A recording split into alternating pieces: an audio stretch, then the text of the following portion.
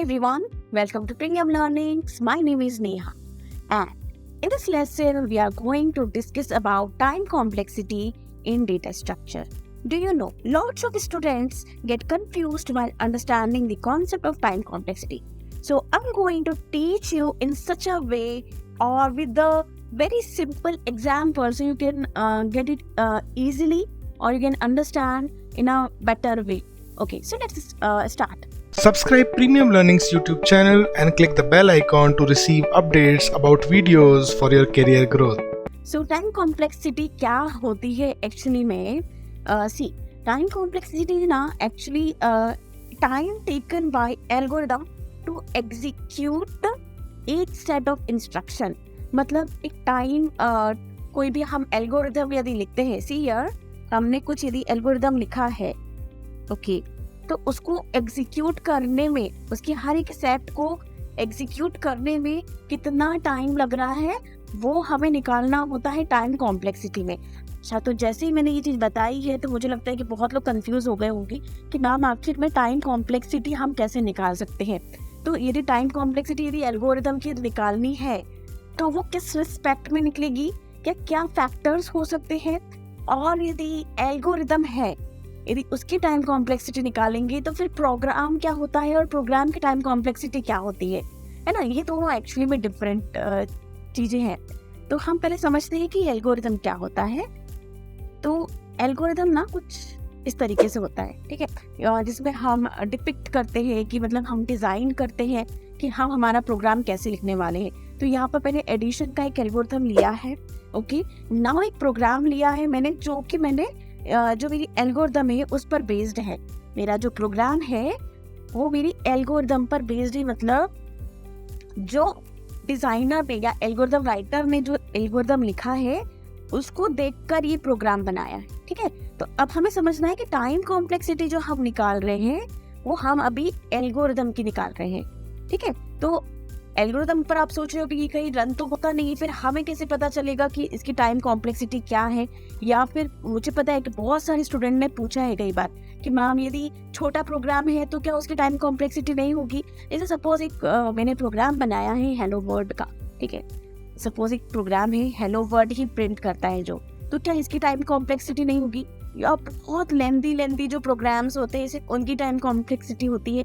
नहीं, ऐसा नहीं होता है. एक्चुअली में क्या है कि यदि छोटा भी प्रोग्राम है ना तो भी उसकी एक कॉम्प्लेक्सिटी तो होती ही है. मतलब टाइम कॉम्प्लेक्सिटी तो हर एक एल्गोरिदम की होगी ही. यदि मान लो छोटा प्रोग्राम है तो हो सकता है कि उसकी जो टाइम कॉम्प्लेक्सिटी है वो कांस्टेंट हो, कम हो. यदि बड़ा प्रोग्राम है तो हो सकता है कि उसकी टाइम कॉम्प्लेक्सिटी ज्यादा हो. ओके, किसी भी टर्म में हो सकती है टाइम कॉम्प्लेक्सिटी. तो ये तो पहली चीज हमें क्या क्लियर हुई अभी कि टाइम कॉम्प्लेक्सिटी किस सभी एल्गोरिदम की होती, चाहे वो छोटा एल्गोरिदम हो या बड़ा एल्गोरिदम हो. नाउ क्या फैक्टर्स हैं जो टाइम कॉम्प्लेक्सिटी निकालते हैं एल्गोरिदम की भी और प्रोग्राम के भी. तो देखो यहाँ पर ना कुछ फैक्टर्स होते हैं और उन फैक्टर की बेस पर ही हम एल्गोरिदम की या फिर प्रोग्राम की टाइम कॉम्प्लेक्सिटी निकालते हैं. तो सपोज मैंने प्रोग्राम लिखा है तो मैं रनिंग टाइम देखूंगी. उसका रनिंग टाइम मतलब कि मेरे पास कौन सा प्रोसेसर है, या मेरा मल्टी प्रोसेसर है या फिर सिंगल प्रोसेसर है, ठीक है. तो वो कैसा रन कर रहा है, कितना टाइम होगा, या फिर उसका रीड राइट स्पीड कितना है, या फिर मेरा जो कंप्यूटर है या लैपटॉप है किस आर्किटेक्चर में है, 32 बिट आर्किटेक्चर में है या 64 में है. पता है मुझे एक चीज़ याद आई अभी कि एक स्टूडेंट ने मुझसे एक बार पूछा था कि मैम सपोज मैंने एक एल्गोरिथम लिखा है, ओके, और यदि वो मेरा 32 बिट पे मुझे रन करना है और 64 पे रन करना है तो क्या डिफरेंस आएगा, 64 में वो फास्ट होगा क्या रन. तो एक्चुअली में आपको ये चीज़ समझना है और एक चीज़ मैं अभी समझाने वाली हूँ. ये क्वेश्चन मार्क है अभी, हाँ, इसको मैं समझाती हूँ अभी. या फिर मेरा इनपुट साइज पर फैक्टर डिपेंड करता है. तो अब हम यहाँ समझ लेते हैं कि जो एल्गोरिथम है या प्रोग्राम है उसकी टाइम कॉम्प्लेक्सिटी, सपोज मैंने कोडिंग लिखा ना तो उसकी टाइम कॉम्प्लेक्सिटी या तो रनिंग टाइम पर डिपेंड करेगी, रीड राइट हेड पे, या बिट आर्किटेक्चर पे, या फिर इनपुट साइज पर. पर हम यदि एल्गोरिथम की बात कर रहे हैं ना तो वो प्रोसेसर पे डिपेंड करेगा, ना वो रीड राइट स्पीड पर डिपेंड करेगा, ना वो आर्किटेक्चर पे डिपेंड करेगी. वो सिर्फ डिपेंड करेगा इनपुट साइज कितना है. समझा क्या?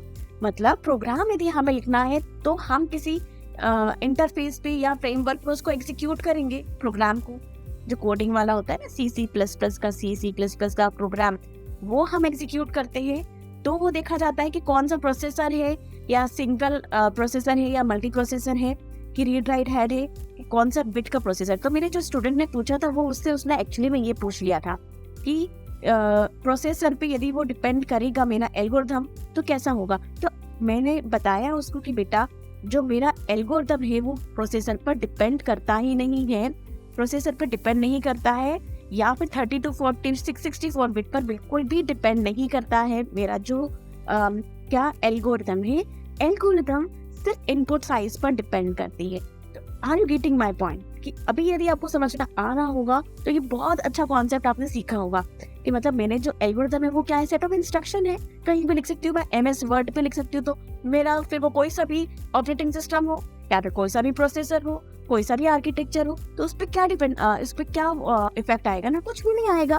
तो पर इनपुट साइज मुझे देखना होता है। मतलब जब भी मैं एल्गोरिथम लिखूंगी तो मैं उसको एनालाइज किसके बेसिस पे करूंगी, मैं मेरी एल्गोरिथम को एनालाइज करूंगी किसके बेसिस पर, इनपुट साइज के बेसिस पे।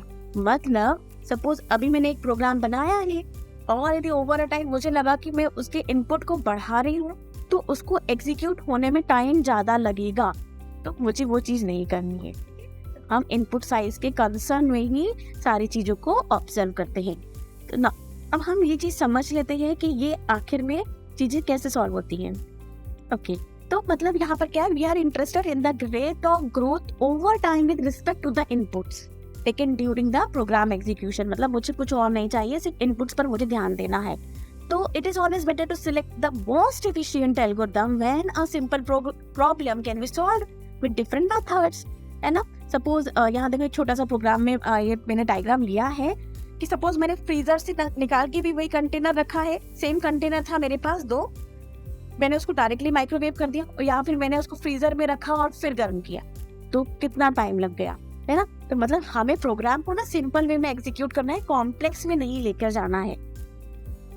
तो इसको हम समझते हैं एक एग्जाम्पल से। ओके, सपोज ये एक प्रोग्राम है, या फिर मैं बता सकती हूँ कि सपोज 2 फ्रेंड हैं। ओके, 2 फ्रेंड हैं, उन्होंने सोचा कि एक टास्क दिया उनको कि आपको ना क्या करना है, एक प्रोग्राम लिखना है प्राइम नंबर फाइंड आउट करने के लिए। कौन सा प्रोग्राम लिखना है आपको? प्राइम नंबर फाइंड आउट करने के लिए। और आपको पता है कि प्राइम नंबर क्या होते हैं? 2, 3, 5, 7, 11, 101, ऐसे बहुत सारे, बीच में 101, ठीक है। ऐसे बहुत सारे प्राइम नंबर्स जो खुद की टेबल से ही डिवाइड होते हैं, ठीक है।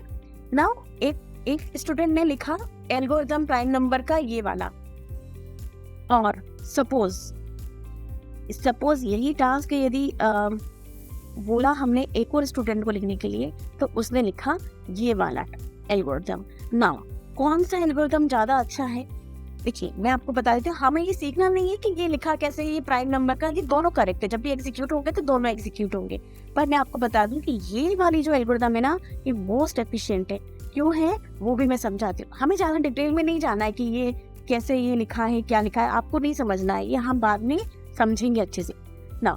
क्यों अच्छा है? क्योंकि जब मैं इसको एग्जीक्यूट करती हूँ तो n-2 टाइम लेता है, और इसको एग्जीक्यूट करने पर अंडरस्कोर 9 या फिर √9 -1 का टाइम ले रहा है। तो मतलब बहुत कम टाइम है ये जो n-1 का जो टाइमिंग है, बहुत कम टाइमिंग है। अच्छा, जैसे कि मान लो सपोज मेरी रिक्वायरमेंट है कि मुझे एक नंबर सर्च करना है, प्राइम नंबर 1, चेंज कर लेते हैं कलर। ओके, सपोज मैंने नंबर लिया है 11, ठीक है। अब मैं चाहती हूँ कि 11 को एग्जीक्यूट होने में, ये वाला प्राइम नंबर एग्जीक्यूट होने में कितना टाइम लगेगा। तो 11 - 2 9, सपोज एक एग्जीक्यूट होने में 1 मिलीसेकंड लगता है, तो 11 वाला जो प्राइम नंबर है उसको एग्जीक्यूट होने में 9 मिलीसेकंड लगेगा, ठीक है। नाउ यदि ये वाली मैं टर्म लूंगी तो कितना टाइम लग जाएगा मुझे? यदि √11 - 1 करूंगी तो अप्रोक्सीमेटली मेरा आंसर आ जाएगा 3 मिलीसेकंड, ठीक है। तो ये इसके बेटर में कम, इसके कंपैरिजन में कम है ना। अब हमने जो पढ़ा था कि इनपुट साइज यदि बढ़ता है तो एल्गोरिथम में टाइम कॉम्प्लेक्सिटी बढ़ने लगती है। तो ऐसा नहीं होना चाहिए, ऐसे हमें एल्गोरिथम चूज करनी है। तो सपोज मेरा 101 मैंने ले लिया, इसको मुझे एग्जीक्यूट करना है तो कितना टाइम लगेगा मुझे? इसके लिए मुझे लगेगा एटलीस्ट 99 मिली सेकेंड। ओके, और भाई इसके केस में क्या होगा?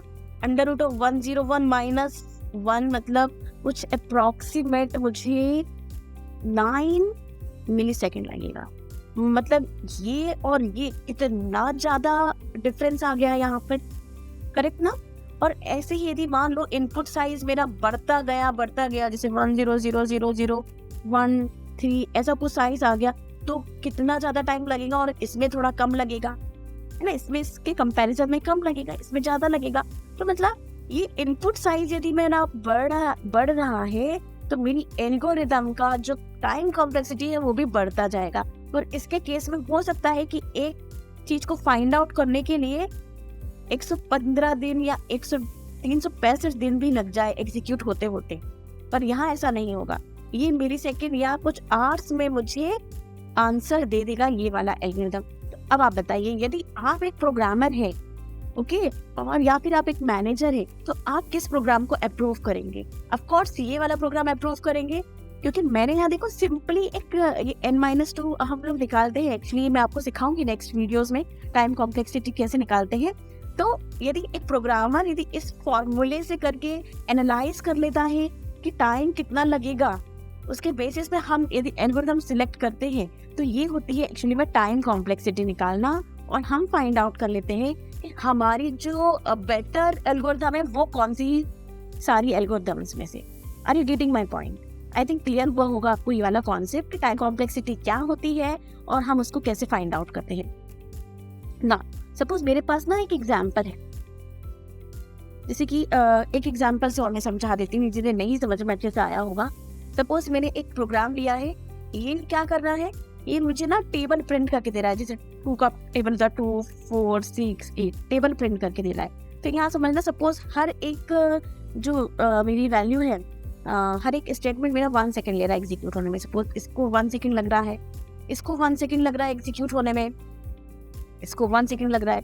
और ये क्यों? क्योंकि ये लूप चल रही है 1 से 10 तक, तो ये मेरा 10 सेकंड लेगा, ठीक है।